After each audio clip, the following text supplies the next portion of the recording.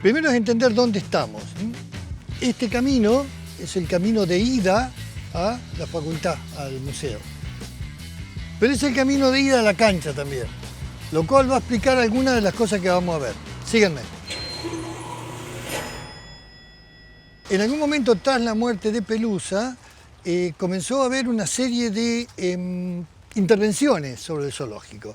Esta elefanta que tenía problemas desde hace mucho tiempo, los estaba sobrellevando, grande, 54 años. Sabemos lo que representaba Pelusa para la ciudadanía. Yo, en primer lugar, quiero agradecer a los cuidadores, a los veterinarios. El zoológico tomó una serie de actitudes, básicamente consistentes en traslocar, modificar, sacar los animales que tenía aquí. Y no tuvo mejor idea que divulgarlo en carteles puestos sobre esta reja. Desde un punto de vista de fenómeno es interesante, porque estos carteles quedaron expuestos al paso de la gente. Y es que la gente empezó a escribir sobre los carteles, empezó a opinar sobre los carteles. Yo, por ejemplo, los estamos leyendo en lo que sería la inversa del orden. Fíjense, estamos transformando el zoo en bioparque, lo cual es cierto. Pequeñas pintadas, pequeñas intervenciones, liberación ya, y luego empiezan a decir qué pasa con cada animal. Por ejemplo, esto es interesante.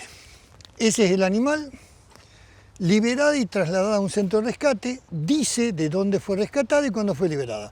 Fíjense, rescatada del comercio ilegal. Esto es un rol que tienen los zoológicos que no todo el mundo conoce. Cuando la justicia encuentra un tráfico de animales, los rescata y los trae al zoo. Pero vamos a ver los otros. Fíjense, acá tenemos las 3 consignas de los zoológicos: conservación, educación e investigación.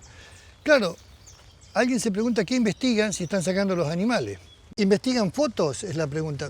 No, se puede investigar comportamiento, pero no de los bichos que están liberando, eso es evidente. Pero miren, vamos a ver aquí. ECAS es la estación de cría de animales silvestres.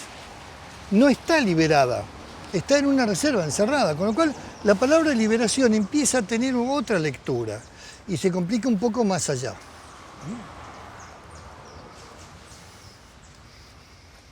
En realidad no se liberan especies, se liberan individuos, ¿de acuerdo? Alguien opinó sobre esto. Fíjense que las pintadas reconocen ustedes 3 tipos de fibrones, fueron 3 personas, no mucho más. Acá ya empieza a ver algo. ¿Ven ese 22 de abajo que yo les dije, presten atención? Bueno, esta es la hinchada haciendo un partido que no vio de qué hablan los carteles. O sea, hay una parte de los que transitaron por aquí que no vieron de qué hablaban los carteles, siempre vieron una superficie para expresarse por otro lado. Dice, mejor hábitat, mejor calidad de vida. ¿Para quién? Para les animales, no. Pelusa vive. No, no vive. Pero bueno, y ahí aparece el 22. Si uno sigue mirando, animales del tráfico que fueron llevados al rescate, miren cómo empieza a aparecer el peso de la hinchada. Acá tenemos otro, estamos transformando el zoo en biomentiras, mucha propaganda y poca acción, zoo sin animales, pongan, no sé qué dice ahí, y luego Luna sigue acá presa. O sea, es el mismo grupo hablando de esto, pero yo quiero llegar a un león que hay más allá. Educación, investigación y matanza de animales. O sea, ¿es una minoría? Sí, pero existe.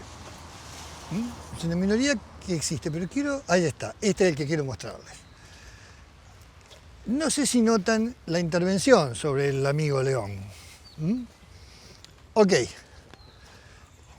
¿Por qué los traje aquí? Porque hay gente que está pensando en otra cosa.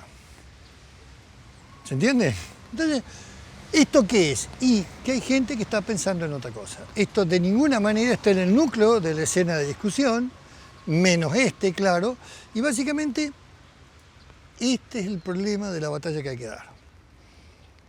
¿Cómo hacemos para que todos, aunque sea durante una semana, reflexionemos sobre esto y podamos tomar una decisión colectiva?